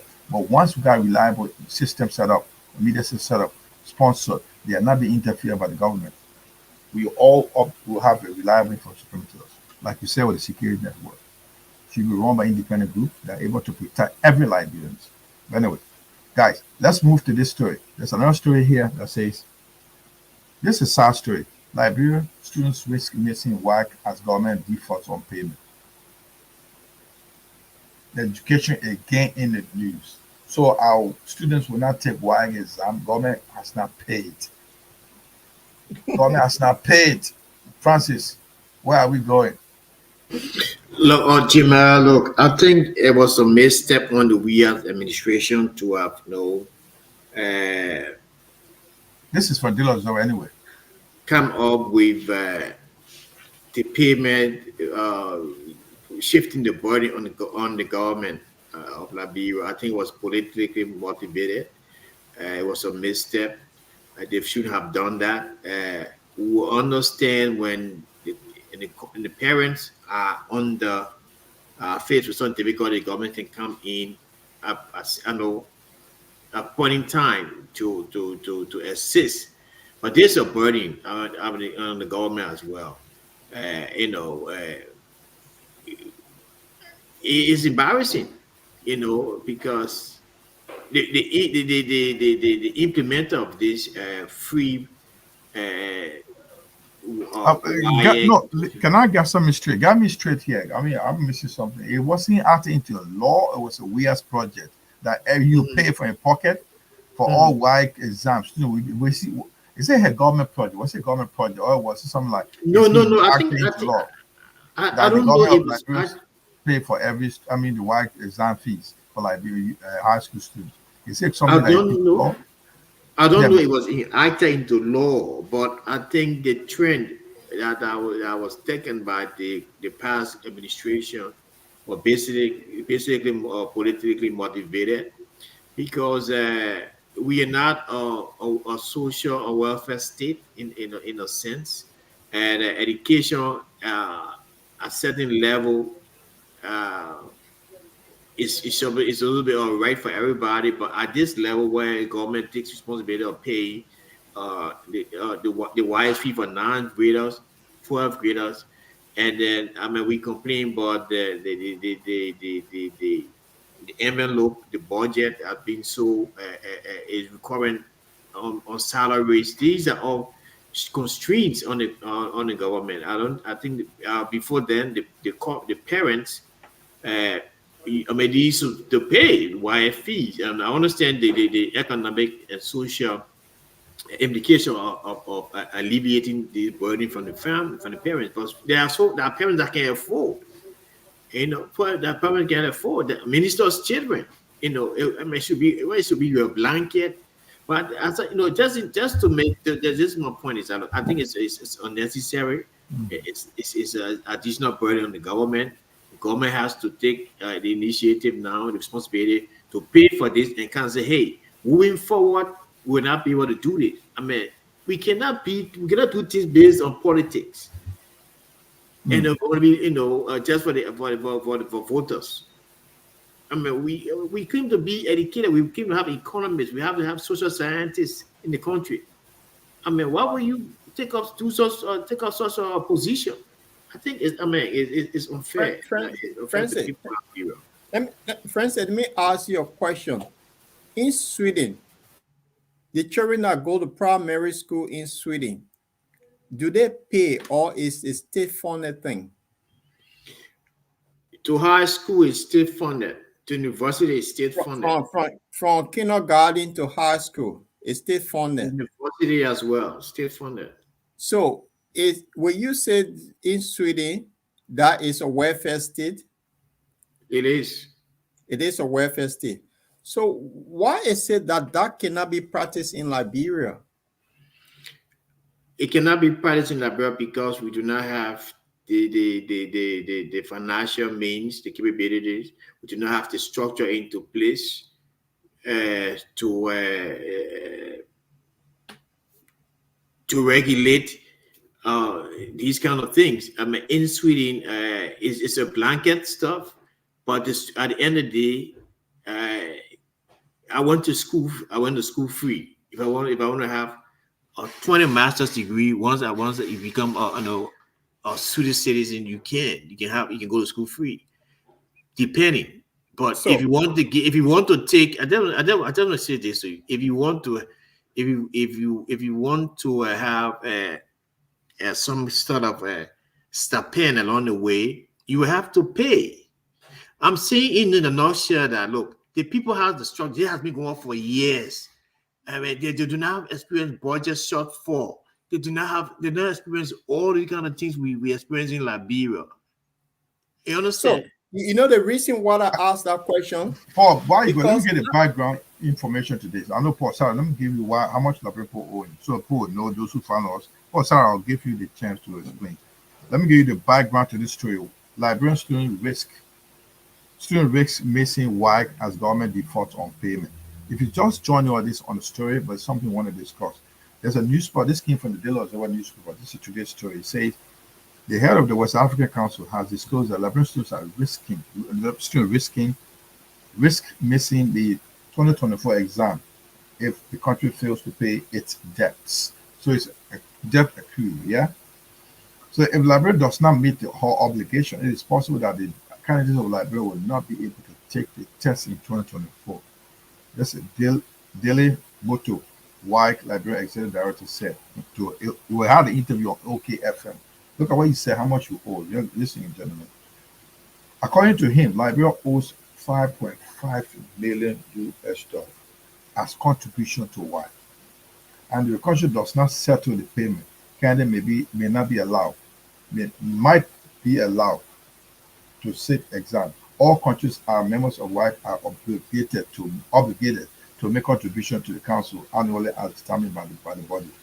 The fees that the government owed in 2023 were $604,000, but they pay $600,000, balance $4,000. And also, so why is standard test that is administered in West Africa, including Liberia for senior, junior, and elementary students? Students completing 12th grade must sit and pass in 5 subjects, including English and mathematics. If they fail the test, they must receive a cost of $85 US. So we owe $5.5 million US. Paul, go on. 5.5 million US dollars. So Jamal, the reason why I brought this up, I graduated from high school. I took the same wire.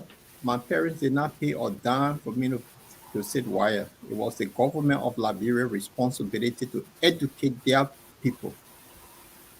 Why They, you didn't pay any money? What do you mean? You didn't pay for I didn't exam pay. fee? We didn't pay wire fee when we went through all that because at the Well, time, explain that to us. Why are you having people did not benefit from what you probably were you on the smart list or were you on the scholarship list?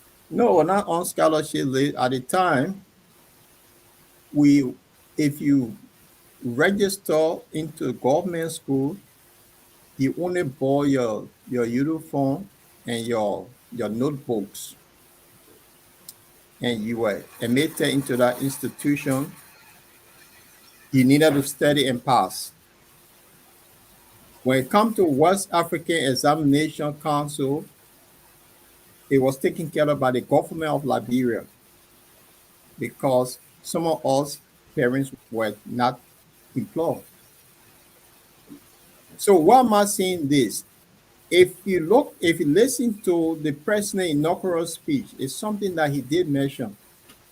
The education of our people is heavily is the government.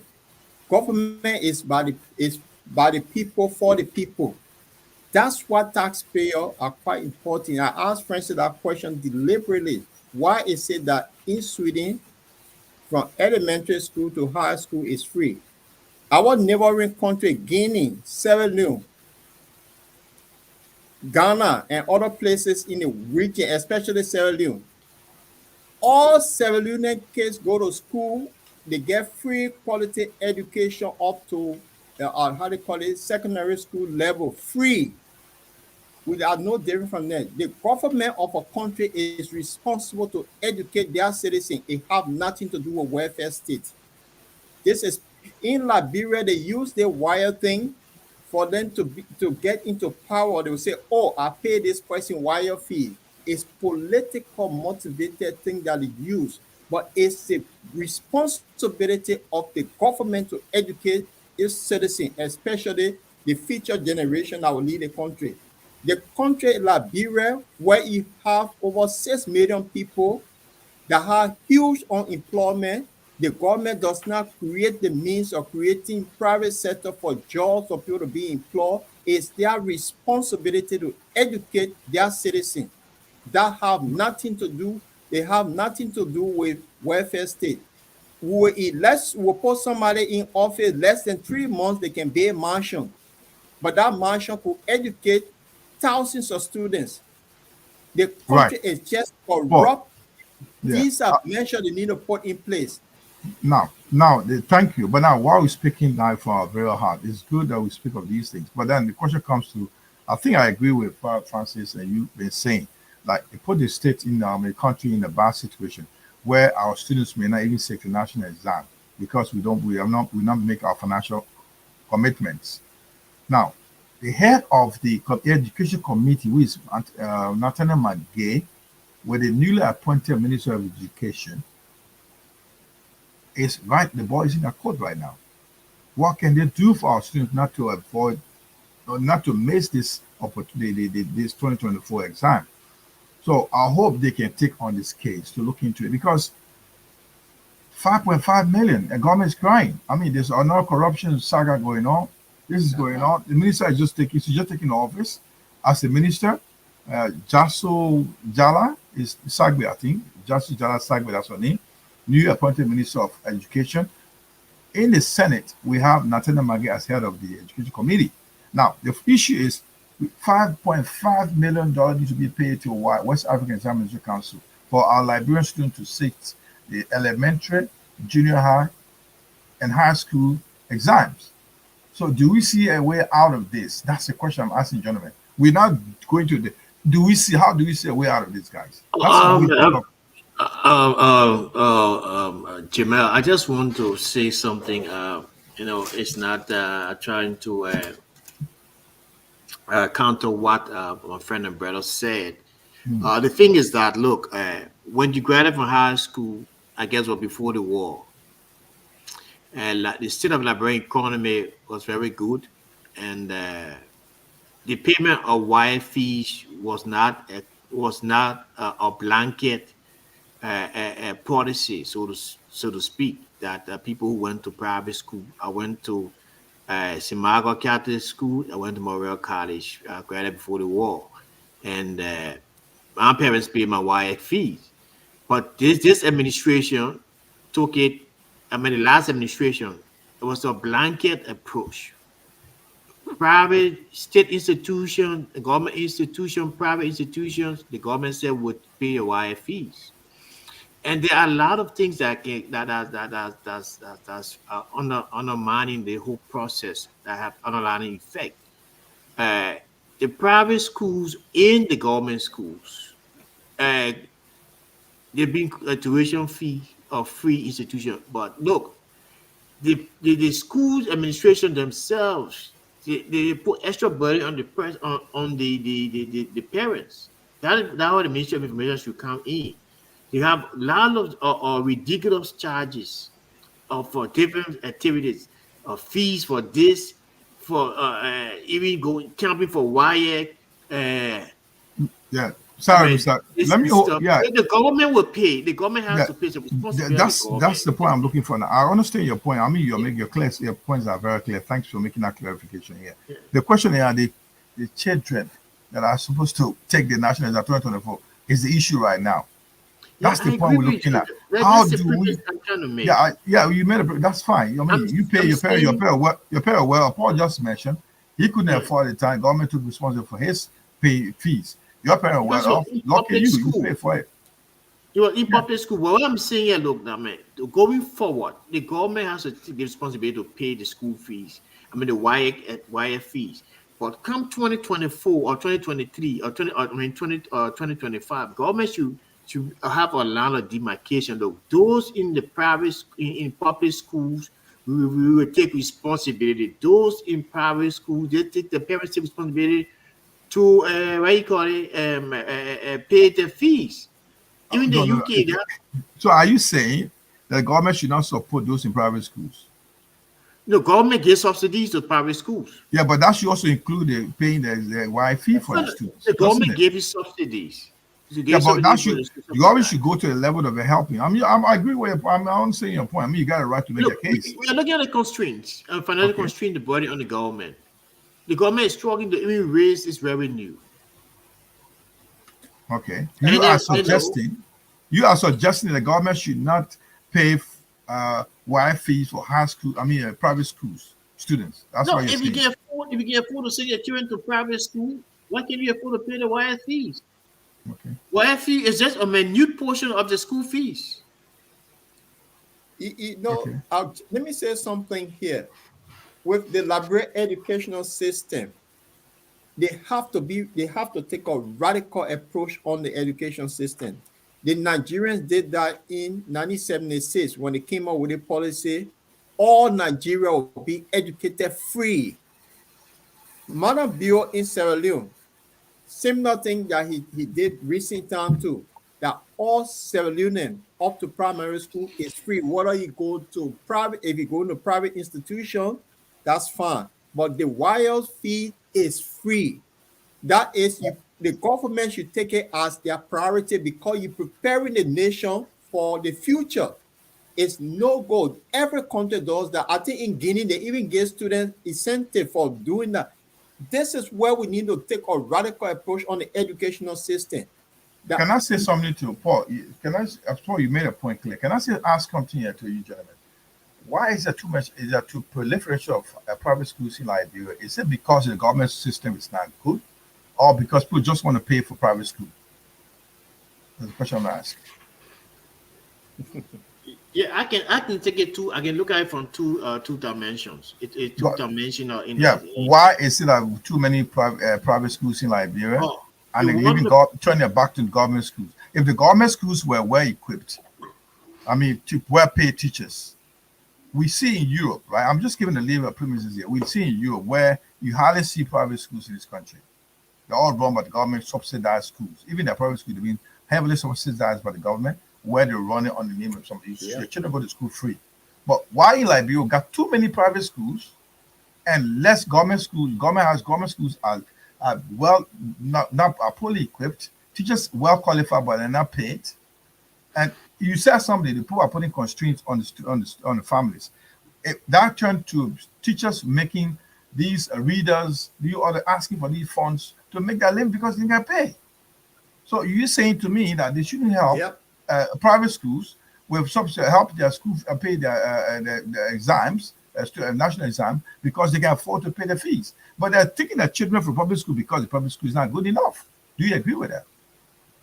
Well, I will agree with you. I mean, I agree 100% because I mean, schools across Liberia, I mean, they are having a situation that is that seriously impacting the credibility and of the learning process in Liberia. And government schools are, public schools are always had a reputation on not being strong in terms of providing solid education, which are different way because have a strong. Education basically depends on the individual who goes to the school, and some of these schools, private institutions, especially the faith-based institutions, that they have the kind of rigid or regimental form of education where they straight with the students. But the proliferation of private institutions is just economically driven. It's not based upon the quality education they provide. So the government needs to invest more in the public schools to if you want to break down the or minimize or private institutions, you need to invest more into the public sector, public schools. And before I turn it over to you, if the government of Liberia makes this a policy statement or make it a policy issue, that it takes care of the wide fees across the board of all schools in the country, regardless of public or private school, then I'll understand. But once it's based on benevolence, political benevolence, that's a problem. That's the point I'm talking about. That's my point. That's the point I'm stressing. Thank you, Paul. What is the point, Paul? Yeah. Do you agree with Francis? No, the thing is, when it comes to the education system, I have a different take on this. And I think the private institution, like in the UK, for example, everybody go to school free. But if you want to send your children to private institution, if you can afford, that's fine. But similar thing should be done in Liberia. It's the government responsibility. It's our responsibility to educate our people. That's what made the government for the people, by the people, and that's the definition of government. We all should be. So the government need to take a radical step on this and educate people. They need to pay this money. That is the fact. They need to pay. Guys, thank you very much. I will tell you something. This is interesting topic. Probably we'll discuss it tomorrow. The JASU, right? JASU Jala Sebe, Education Minister Destiny. This is what she said. I will quote her from Daily Observer newspaper. She said, in a confirmation, she said, what she said here?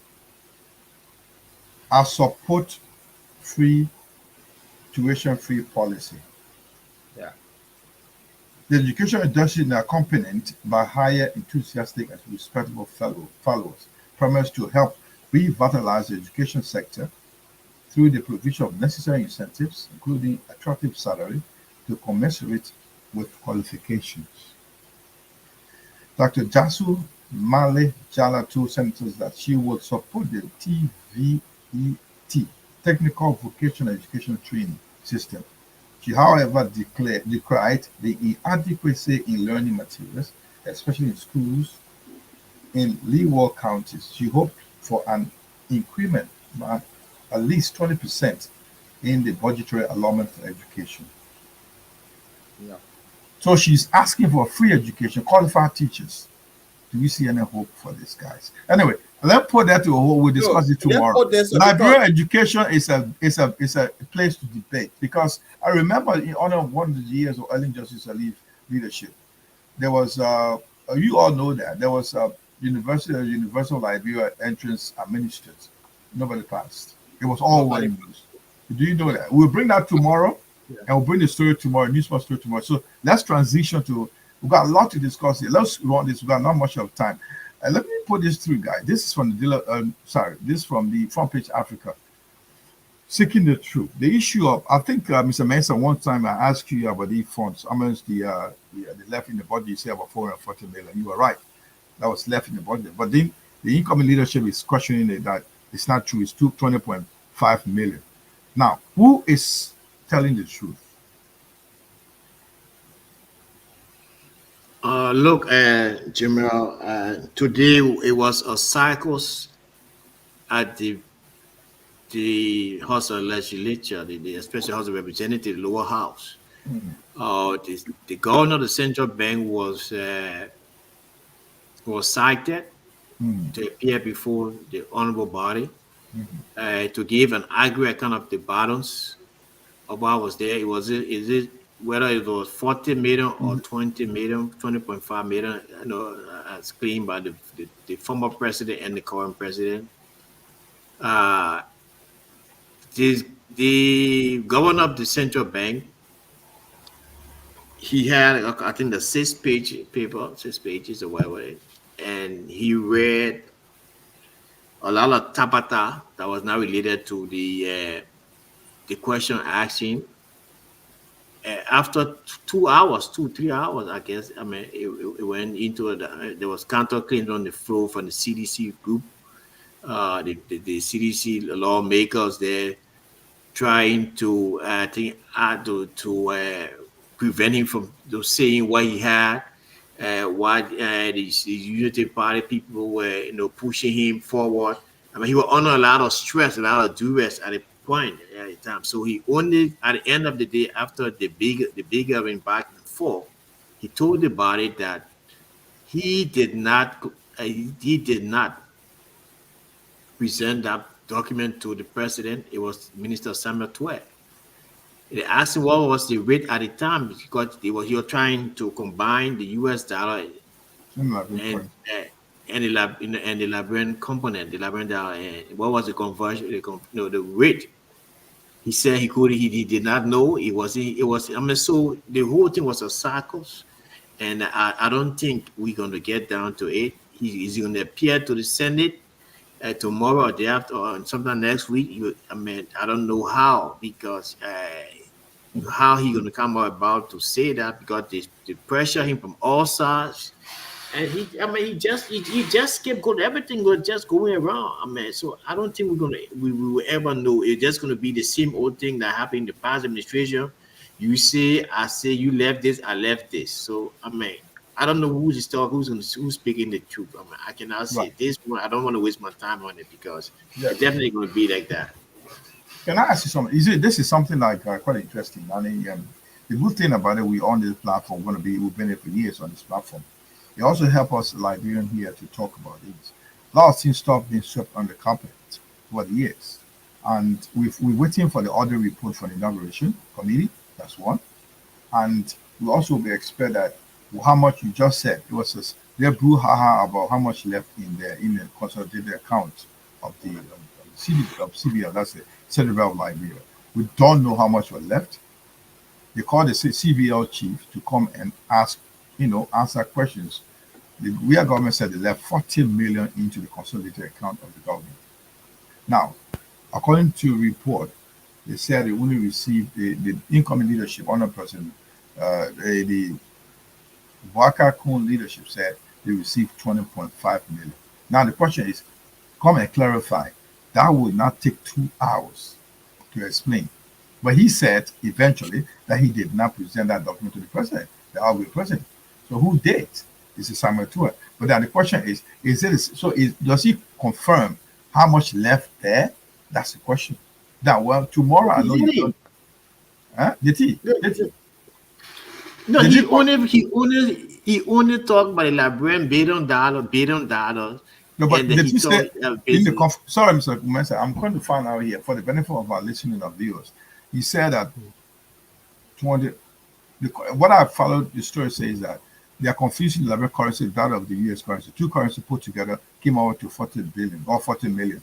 Now the question is, if he's doing his calculations well, conversion right, everything should be in Liberian dollar. Why say to a USR anyway? That's the first and foremost. That's where the confusion coming from. You're in Liberia, you're not in the US. Why are you quoting all US dollars? That's the confusion. The other African countries they be quoting in the currency. But we kind of fool ourselves. We quoting US dollars. So, but George got told us 40 million US are left into the coffers. Now, what we wait to hear. We can't conclude on this, but if it's George Johnny or we want to hear a comment on this, who is saying the truth? Is this the president, outgoing president, or the president income leadership? They received 20.5 million, but George, we are saying they left 40 million.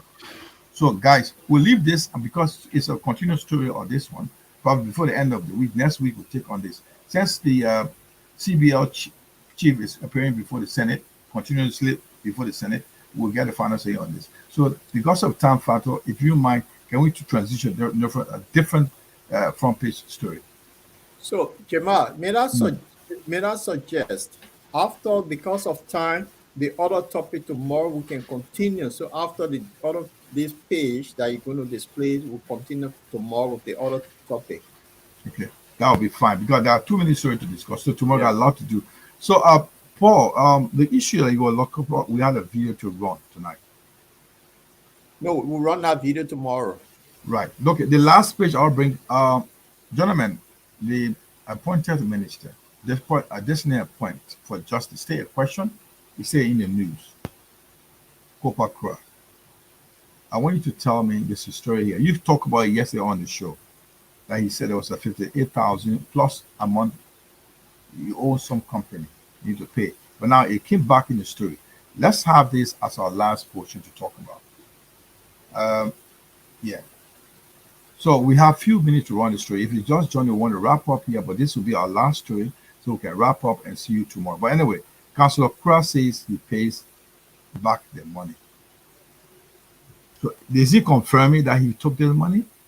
Or he said the company says they will deny receipt and they will write President Barker to say that they want their money from him. Right, guys, now he's going to be a I think I'll let Francis flow with it because yesterday we talked on this topic and Francis said, if is this true? Because it was all based on what the people say. But now if he's saying that, yeah, he paying back the money, that means the Senate should look at this guy and then they should leave Cyril Bresto alone. And this is the guy they're supposed to go for, not to confirm him. Should this supposed to be confirmed?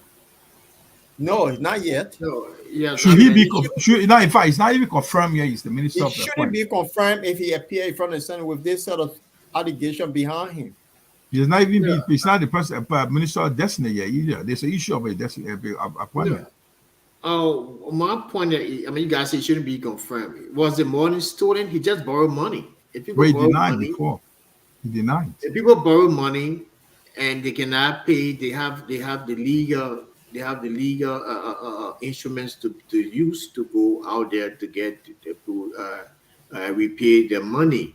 So it is a corruption charge. No, it's not. I will tell you what they said. So it does not. I don't think that's a reason for it not to be confirmed. It's a credibility. Mr. Mensah, it's a credibility issue here. You know, the problem is he's going to the Minister of Justice. Yeah, Minister of Justice. Look, the thing is, you owe money. Like you were in the West where you have an issue of taking loan. You got grace period to pay that loan, and if you default on paying your loan, your issue of your credit worthiness been questioned. Now, this is the minister who's going to run a minister. Consider if he's been appointed as Minister of Justice. Now you run into minister. Now he has not lived up to the promise that he made. Consider that he come over a payment arrangement with the company. Like, okay, I understand that. I will pay you, but I have some financial issues, challenges right now. It can be anybody have financial issues, raise the issue. Company will consider that. But he's saying that The company is saying, but the company denied receive right to Mr. Barker that they want the money. That definitely they are finding it difficult to get the money off him. Of him. That I is agree with you. that is a credibility issue. That's more than a corrupting issue. That's a credibility issue, right? Conduct. Yeah, I'll be very emphatic here. I'll be very emphatic. That's a conduct, isn't it? If he lied previously that he paid the money, and he did not, he shouldn't be confirmed. Yeah, that's correct. I would agree with you. That's credibility issue. I mean, in the West here, in the West, and people lie. They jump out of the process. Say, look, I withdraw. There's no reason to. That reason why the people's system is flawless. I mean, so to speak, although they have their own issues. But people with these kind of, relying on the onset, and then you come back and say I pay, and you have the company saying they can provide evidence, and they did not pay, and you know within yourself, you just have to do the right thing to say, look, my people, I lie. I'm not worried to become the justice minister because that will influence. I do not have the credibility because I don't think I'm trustworthy. Because you should be impartial in being the justice minister. So I don't want to waste my time on that because he should not be confirmed because if he lied from the let go that he did not credit the money or he had paid and the company is coming up to say that he did not pay, he shouldn't be confirmed. Period. Paul. Yeah, I agree with Francis. You see, this is how they call it, credibility. And when the government ran their campaign on credibility, so if somebody will buy apple within a group, we tarnish the rest of them. They say one rotten apple spoil the whole thing. This guy, the way things are in that position, so it means when he becomes justice minister, he refused to pay the people money. He can use the law against them. Right. Okay. Guys, we want to wrap up. To wrap up, I want to remind you that you are watching and listening to the Bottom Line Liberia coming to live from Europe, live stream discussion on the stream guide. This is the Bottom Line Liberia. Tonight, we're discussing Liberian newspapers that are making news. Tonight was with me tonight to discuss was where our colleague and the president of the Liberian Federation of Liberia, I keep messing this up, the umbrella Liberian organization in Europe called FLA. European Federation of Liberian Association. You keep reminding me of this. Let me call in Liberian umbrella organization. FLA. The president is here. It's Honorable Mr. Mensah. Mr. Francis Mono Mensah is with us tonight. And he always share his thought on. Thank you. Always love to have him. And also with us, the only law in the house, Mr. Law Chilokle. So we just can talk you through the. Can you mention the friend of King Charles? All right. The friend of King Charles is with us tonight, and we went through the major Liberian newspapers. There are a lot of Liberian newspapers making headlines. We took the major ones because of time. We couldn't go through all the papers, but we'll continue tomorrow in any case. But we want to say a big thank you to those who joined us, wherever you joined us from. We say thank you. I think we want to say a special thanks to those who have been following for all the time. Paul and guys, I will give you a last round to make a comment. I want you to, on behalf of Bottom Line, say thank you to those who joined us through Dala Television. Our colleague who been joining us from Norway is Linford Agland, where he also making contribution in the background. And those who could not comment, but watch us from Liberia, across the continent, Asia, the US, North America, South America, whatever you are, Africa as well, we say a big thank you to you, and we want to hear from you. Whatever your comments are, please send it through. Tomorrow, we are sure we'll give you a contact information where you can suggest to a topic that we want you to for us to discuss. So you can be part of that topic. You can tell us what you think we can discuss. Guys, let me have your final thoughts. Oh, well, since I'm the guest here, I think guest panelists, I want to thank you guys for the opportunity again for appearing on this show. It's very important to discuss issues or burning issues that permeating the political landscape of our country, and we hope that the discussions here will help shift the dynamics on the ground, and especially in terms of the appointments, and shift some policies, future policy framework. Again, I want to extend out thanks to all Liberians in the European diaspora. We look forward to seeing you guys at the July 26th Independence Day celebration in Wolfsburg, Germany in July, from July 26th to July 28th in Wolfsburg, Germany. And thanks you guys. Thanks a lot to you guys for the platform. And it's a good night to everybody. Keep tuning in, share the show, and then we look forward to seeing you guys tomorrow. Mr. Chilope, the Lord Chilope. Yeah, this is the Lord Chilope, the friend of King Charles. I'll say thanks to our viewers and thanks to you guys for the topic tonight. It was fascinating to go through the news, a major newspaper in Liberia. I think this is the only platform I've seen across Liberian community that review the newspaper and bring actual news to people. We don't speculate what the paper report. That's what we base our analysis on. So for those of you that are following all for the first time, you can follow us also on the online radio. It's called the Bottom Line Liberia. We are 24/7. We're also on YouTube, Instagram, and Facebook, and Jada TV as well. So we're all over the place, and we've been in operation for the past 2 years now, going to 3 years. So we've been around for a while. This is the Bottom Line Liberia. We're based in Europe. I will say thanks to our viewer for being committed to us by following us. And I'll say thanks to Jamal, and thanks also for being here tonight. On that note, say thank you very much. Have a pleasant evening. And thank you very much. See you tomorrow on this platform right here at the same time. Thank you.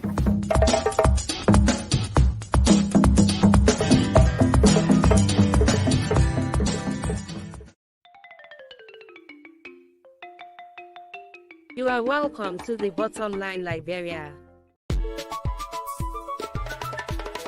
You are watching the review of Liberian newspapers' headlines that made news during the week on the Bottom Line Liberia. Please join us every Tuesday and Friday at 7 p.m. Liberian time, 8 p.m. UK time, 9 Central European time.